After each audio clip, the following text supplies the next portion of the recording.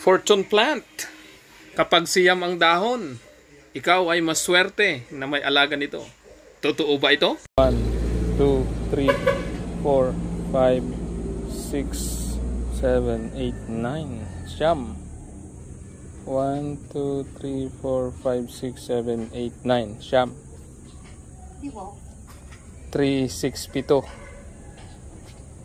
3, 6, 9. 3, 6, 9. 3, 6, 8. 3, 6, 8. Aba. 7, 8, siyam. Karamihan ay siyam. Ang ilan ay naniniwala sa sinasabi ng dahon ng fortune plant. Pero sa akin, mayroon talagang nagsasabi na ako ay swerte. At maging ikaw na nakikinig ngayon at nanunood, hindi lamang ako ang swerte, kundi ikaw, sapagkat sang-ayon sa aking binasa kaninang madaling araw, pagkagising ko, ako'y nagbasa at ako'y nagpray kung ano ang page na dapat kong mabasa, anong aklat sa Biblia. At ito ang aking nabasa. Pakinggan mo. Luke 12 verse 7. But even the very hairs of your head are all numbered. Fear not therefore, ye are of more value than many sparrows. Pansinin na kahit ang ating mga buhok ay bilang na ng Diyos at mas mahalaga tayo kaysa sa mga esparo o mga maya na ibon. Kaya't ano pa ang ating ikalulungkot? Di ba't tayo'y napakaswerte sapagkat tayo mayroong Diyos na alam ang nakabubuti sa atin? Huwag tayong mag-alala sapagkat ang Diyos mismo ang magpapanukala kung ano ang maganda sa atin. Ang ating gagawin na lamang ay sumunod sa kalooban niya. Ano yung gusto niya?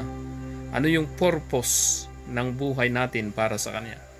At ngayong madaling araw ay lumabas na ako pagkabasa ko at nagdilig po tayo ng ating halaman sapagkat marami tayong gagawin ngayong umaga. Habang ako'y nagdidilig ay aking pinag-iisipan ang aking binasa. At tunay nga, napakaswerte ko. At habang binabanggit ko kung bakit ako'y swerte, pag-isipan mo rin ang buhay mo.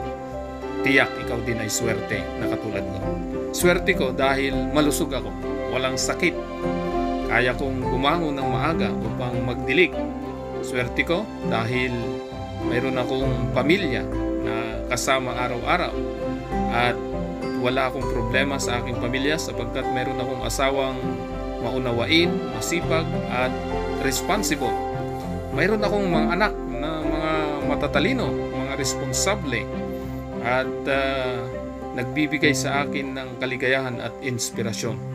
Swerte ko dahil mayroong iniwan o pamana ang aking mga magulang na lupa na pinagtirikan ng bahay, ganun din ang bakuran na pwedeng pagtamnan ng mga gulay at pag-alagaan ng manok. Swerte ko sapagkat mayroong business na Barugante Restaurant na dinadayo ng kahit sino mga politiko katulad ng mayor, ng mga konsehal ng bayan at ng mga bukal at iba pang mga empleyado ng gobyerno at kahit mga pangkaraniwang tao. Swerte ko sapagkat patuloy na dumarami ang biyaya na ibinibigay sa aming pamilya. Swerte ko dahil ang aking kaisipan ay malinaw na nakatatanggap ng mga karunungan na ibinibigay sa atin ng Diyos. Opo, napakaswerte ko sapagkat lahat ng aking pangangailangan ay naibibigay. Yun nga lang, pagkaminsan, ang wants ay hindi ibinibigay. At alam kong yun ay kalooban ng Diyos sapagkat ang gusto natin minsan ay hindi ipinagkakaloob dahil yun ay hindi kagustuhan ng Diyos. Kung ano yung plano ng Diyos ang siyang masusunod, hindi yung plano natin sapagkat alam niya ang nakabubuti sa atin. Kaya nga yung alam niya nga yung ating buhok, ang bilang ng ating buhok, lalo na yung ating kaisipan, lalo na yung ikabubuti natin, alam niya. Akin ding pinag-iisipan na habang ako'y nagbubumba dito, bagaman mayroon kaming di kuryenteng tubig, ay nagbubumba ako ng umaga sapagkat iniisip ko, nung ako'y nasa Macau, ako po'y nag-gym tuwing madaling araw o di kaya naman ay sa gabi o di kaya nagja-jogging. Pero ako dito ngayon ay hindi ko na kailangan mag-gym.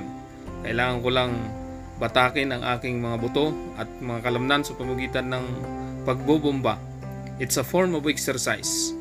At nandito ako sa sariwang hangin na aking nalalasap sapagkat nasa probinsya po tayo. At swerte ko rin sapagkat habang ginagawa ko ito ay may posibilidad na ito ay magbibigay ng extra income sa aming pamilya. At swerte ko sapagkat habang ginagawa ko ito, alam kong patuloy na ako'y magiging malusog sapagkat yung pangangailangan ng exercise at pagbangon ng maaga ay natutugunan ko at ito ay mabuti sa aking kalusugan. Ikaw din na nanonood ngayon, alam kong napakaswerte mo. May laptop ka, may cellphone ka na ginagamit upang makapanood sa YouTube. Hindi mo ito napanood kung walang technology na kaloob sa atin ng Diyos. Kaya napakaswerte mo. Hindi ka minamalas. Mali ang isipin mong malas ka. Sapagkat kung ano yung iniisip mo, yun at yun ang mangyayari din sa iyo. Dahil nakita ko na may tumubong pichay dito sa aking ginawang landscape, ay naisip ko i-direct na rin lang yung iba nating natirang buto ng pichay. Kaya para hindi sayang yung panahon, kasi ilang araw na rin na nakaredy itong tatamnan natin, kaso wala pa tayong maitatransplant kasi nga nagkamatayan yung ating inabunuhan ng tubig na may abuno. Ang ating mga kaibigang katutubo, may dala-dala silang luya. Itimbang na. Dito, patong. Ang mga katutubong ito ay galing pa ng Munding, bundok ng San Agustin. At aking napag-alaman na 5 oras ang lakad mula sa kanila pababa dito sa ating bahay o dito sa ating Barugante Restaurant. At napakalayo nun. Kung mabagal-bagal ka pa, ay baka abutin ng mga 7 hanggang 8 oras ang lakad. At ito ang kanilang dala. 31 kilos na luya. At talagang kung iisipin mo, napakaliit ng halaga ng kanilang dala. Pero yung hirap nila, iniisip ko nga yung kanilang pagtatanim nito, yung pag-alaga nito, sa bagay, itatanim lang naman nila at hihintayin ng ilang buwan, mga 5 buwan, 4 to 5 months, bago nila aanihin. Pero kahit ganun, ay yung pagbubuhat na lang pababa, kahit ako'y upahan ng 500, ay hindi ko kaya yung kalayo nung kanilang nilakad. At magkano lang yung kinalabasan ng kanilang luya, sapagkat ang presyo ay 12 pesos ang kilo. Buti nga kinuha ko pa ng 12 sapagkat 10 ang bigay ng iba, yung iba 20, pero ang hirap namang makakuha ng bibili ng ganito karami na 20 pesos. Kaya nakakaawa ang kanilang kalagayan, pero nakita ko sa kanila, wala sa kanila yung lungkot. Ang saya sa kanila ay nandun sapagkat ang kanila ay swerte sila sapagkat mayroon silang luya. Swerte sila sapagkat sila'y malusog. Swerte sila sapagkat naggaling sila ng bundok, nakakababa sila upang makapagbenta, makasalamuha rin ng ibang tao. Kaya ganun na lamang yung nakita ko sa kanila, na hindi katulad ng ibang mga tao na ang dami ng pagpapala ay hindi pa rin ma-appreciate ang kanilang pagiging swerte. Sila, na bagaman kulang sa edukasyon, kulang sa kaalaman, ay walang kalungkutan na nababakas sa kanilang mukha. Tayo pa kaya na punong-puno ng mga aral, ng mga nababasa, ng mga naririnig, napapanood, ay hindi pa kaya tayo maging mapagpasalamat na katulad nila. Kaya ikaw, isipin mo, swerte ka sapagkat kung itong mga katutubong ito na ang kanilang mga tahanan ay barong-barong lang, kubo lang. Maganda pa nga yung kubo ng iba. Sa kanila ay nakatayo lamang na kunti. Mayroon lang bubong at doon na sila. Halos wala pang makain.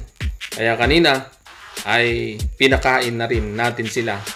Kahit pa marami ay kaya nilang ubusin dahil sa gutom na rin.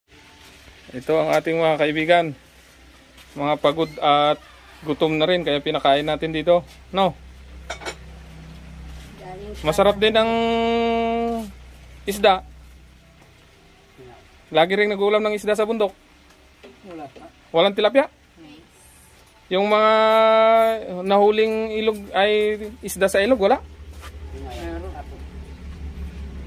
Hindi kayo nakakahuli? Madalang?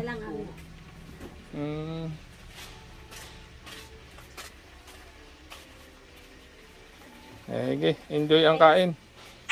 Kaya ngayong gabi, bago ko editin ang ating mga video ngayong maghapong ito, ay aking na-realize na pasalamat ako at mayroong bahay na katulad nito na aking tinitirhan. Salamat sa Panginoon na nagbigay sa akin ng pagkakataong makapagtrabaho sa Macau upang makapagpaayos ng ganitong bahay.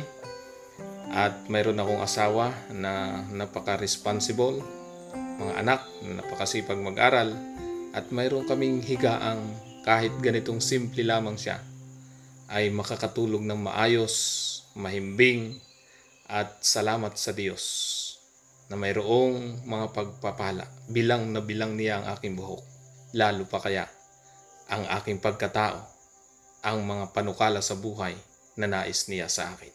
Ikaw din na nanonood ngayon, habang ikaw ay namamahinga, habang ikaw ay nag-iisip ng mga bagay patungkol sa buhay mo, isipin mo, swerte ka katulad ko.